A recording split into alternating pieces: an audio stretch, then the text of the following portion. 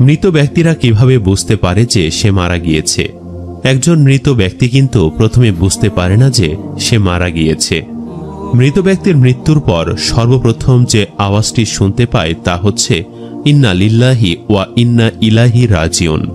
শুরুতে মৃত ব্যক্তি বুঝতে পারে না যে সে মারা গিয়েছে। সে মনে করে যে সে হয়তো স্বপ্ন দেখছে। সে দেখে তার আত্মীয় স্বজন, পরিবারের লোকেরা তার কাছে। সে দেখে তাকে গোসল করানো হচ্ছে, তার জানাজা পড়ানো হচ্ছে, তাকে কবরে নামানো হচ্ছে। এরপর যখন তার দেহের ওপরে বাঁশের কঞ্চি আর মাটির স্তর পড়তে থাকে, তখন তার স্বপ্ন ভঙ্গ হয়। সে তখন উপলব্ধি করে যে সে সত্যিই মারা গেছে। তখন সে চিৎকার করতে চায়, কিন্তু তার চিৎকার কেউ শুনতে পায় না। যখন তাকে দাফন করে সবাই তাকে একা কবরে রেখে ফিরে যায়, তখন আল্লাহ তাআলা তার আত্মাকে পুনরায় তার দেহে ফিরিয়ে দেন আর সে জেগে ওঠে। প্রথমে সে খুশি হয় এবং কৃতজ্ঞতা জানায় যে মহান প্রভু তাকে যা দেখিয়েছিলেন তা কেবলমাত্র একটি স্বপ্ন ছিল, আর এখন সে ঘুম থেকে জেগে উঠেছে। এরপর সে তার শরীর স্পর্শ করে দেখতে পায় সে কেবলমাত্র একটি কাপড়ে মোড়ানো রয়েছে। সে অবাক হয়ে প্রশ্ন করে, আমার জামা কাপড় কোথায়? তারপর সে বলতে থাকে, আমি কোথায় আছি? এই জায়গাটা কোথায়? সর্বত্র ময়লা কাদার দুর্গন্ধ বের হচ্ছে। আমি এখানে কি করছি? তারপর সে বসতে শুরু করে যে সে মাটির ভেতরে আছে এবং সে যা অনুভব করছে তা কোনো দুঃস্বপ্ন নয়। তখন সর্বপ্রথম সে মৃত ব্যক্তি বুঝতে পারে যে সে সত্যি মারা গেছে। তারপর সে যতটা সম্ভব জোরে চিৎকার করে ওঠে। তার আত্মীয় স্বজনদের ডাকতে থাকে, পরিবারের লোকদেরকে ডাকে, কিন্তু কেউই তাকে বাঁচাতে আসে না। অতঃপর সে ব্যক্তি আল্লাহকে ডাকে। সে বুঝতে পারে এই মুহূর্তে আল্লাহ রাব্বুল আলামিন তার একমাত্র ভরসা এবং আল্লাহর কাছে কান্নাকাটি শুরু করে, ক্ষমা প্রার্থনা শুরু করে। সে বলতে থাকে, হে আল্লাহ, আমাকে ক্ষমা করো, হে আল্লাহ, আমাকে ক্ষমা করো।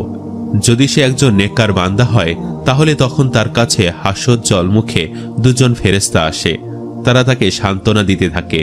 আর যদি সে খারাপ মানুষ হয় তাহলে ভয়ঙ্কর চেহারা দুইজন ফেরেশতা এসে তার ভয় আরো বাড়িয়ে দিবে।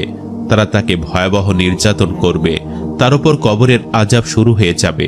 কবরের আযাব সম্পর্কে হাদিস থেকে জানা যায়, কাফের, মুনাফিক ও পাপিষ্ঠ ব্যক্তিদের যখন কবরে জিজ্ঞাসা করা হবে, ওই ব্যক্তির ব্যাপারে তুমি কি জানো? সে বলবে, আমি কিছুই জানি না। লোকজনের মুখ থেকে যা শুনেছি আমিও তাই বলতাম। তখন তাকে লোহার হাতুড়িতে পেটানো হবে।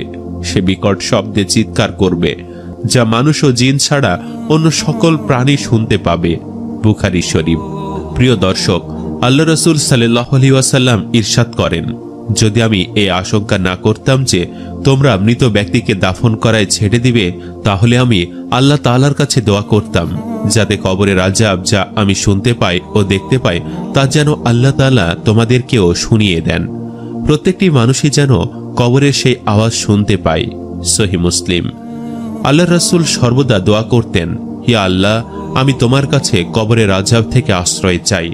প্রিয় দর্শক, একবার ভেবে দেখুন, আল্লাহ তাআলা যার অতীত ও ভবিষ্যতের সকল গুনাহ মাফ করে দিয়েছেন, তিনি যদি এইভাবে কবরের আযাব থেকে আশ্রয় চেয়ে থাকেন, তাহলে আমরা তো গুনাহের সাগরে হাবুডুবু খাচ্ছি। আল্লাহ তাআলার কাছে দোয়া করি, আল্লাহ তাআলা যেন আমাদের সকলের মা, বাবা, স্ত্রী, সন্তান এবং আমাদের পরিবারের সমস্ত লোকদের গুনাহ মাফ করে দেন। সম্মানিত দর্শক, ভিডিওটি আপনাদের কাছে কেমন লেগেছে তা আমাদের কমেন্ট করে অবশ্যই জানাবেন। আর সবাই আমাদের সাথেই থাকবেন। আজ তাহলে এই পর্যন্তই। আপনারা ভালো থাকবেন, সুস্থ থাকবেন। আল্লাহ হাফেজ।